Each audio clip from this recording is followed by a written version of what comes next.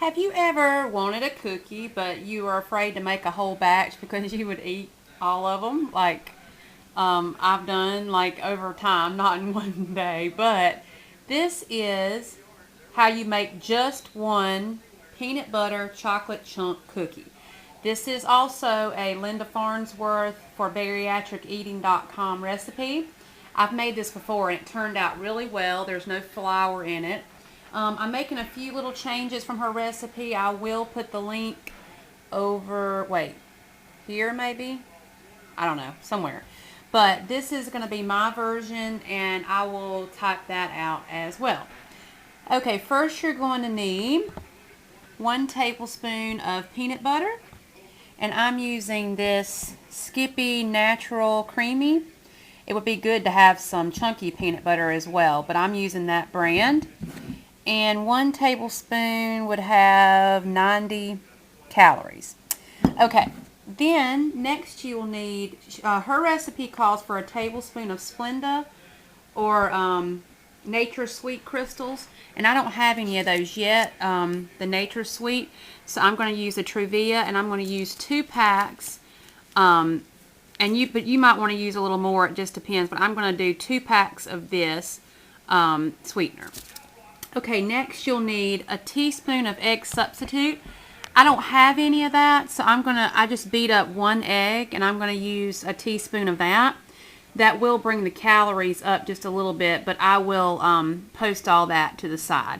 So a teaspoon of egg substitute or just egg, and then you'll need 1 drop of pure vanilla extract. I'm using this Kirkland's brand. And then you'll need a teaspoon of, it calls for the Valor dark chocolate chunks. They have the, it's no sugar added, sugar free, whatever. They have that one. They have, what's that brand I used to use? Guerlain has a brand. I'm just going to use this because I have these vegan chocolate chips, semi-sweet. Now, if you use a tablespoon, it's 70 calories and 8 grams of sugar, but I'm just going to use a teaspoon like it calls for, so that'll bring it down, way down. So I'm going to use these chips here. Then you'll need a cookie sheet or a baking sheet and just spray that where your cookies won't stick. Okay, so here we go.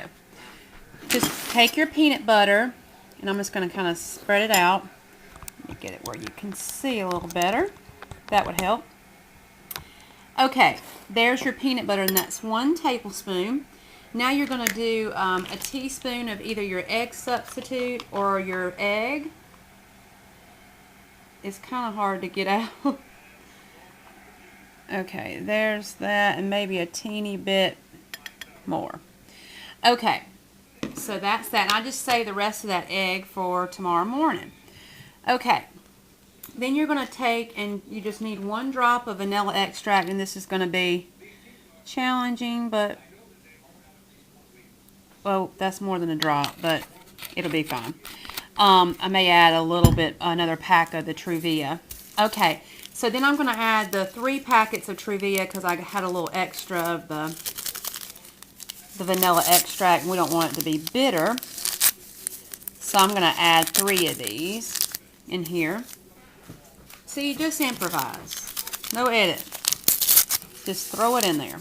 Okay, so that's 3 packs of Truvia, or with her recipe, it calls for 1 tablespoon of Splenda. Okay, next you're going to, I'm just going to mix up this right now before I add the chips in. Just mix it up well. Just get your egg mixed in. It basically softens up the peanut butter as well, but I like to get this incorporated before I add the chips. And instead of making 1 cookie, what I've done is I will divide it in 2 and make 2 cookies just so you feel like you have a little more. See, it looks like peanut butter cookie dough because it is. Okay, now we're going to need 1 teaspoon of the chips or whatever chocolate that you're using.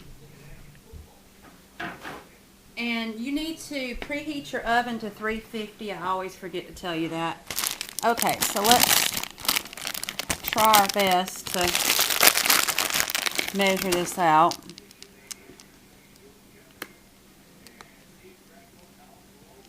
Okay. And I dropped one in there, so we'll put, that's about right. Okay. And just mix that in. Or whatever kind of chocolate that you have. There's some sugar-free chocolate of different kinds that you might want to use. Okay.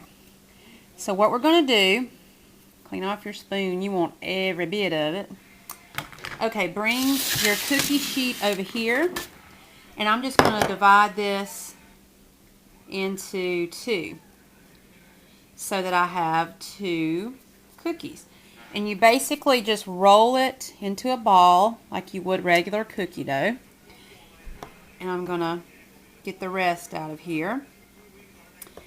And I will, like I said, I'll put the nutrition stats for mine and the link to hers if you want to make it how she does, if you have those ingredients. Okay, there's the other one. And then you take a fork and just smash it down. Let's see.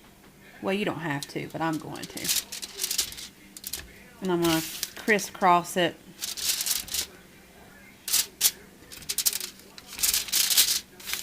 And you can spray this if it's not cooperating.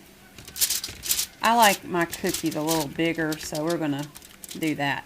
Okay, I'm going to make one more batch for me, and then I will be right back and show you what's next. Okay, this is what they look like before you put them in the oven. You're going to put them in the oven for 350, and they'll bake for 10 to 12 minutes. I'm going to bake mine probably for 10 and then check it, and I'll probably be done after 10 minutes. And then just allow them to cool, and you can enjoy it. I'll show them to you when they're done. Okay, this is what they look like when they're done. See? Regular peanut butter cookies, and instead of making one big one, I like to make two. So this is the recipe's one peanut butter chocolate chunk cookie, and I've made it into two. So give it a try. You can also add nuts to this, coconut, dried fruit, anything you'd like. This is just the basic recipe, and I will talk again soon. Bye-bye.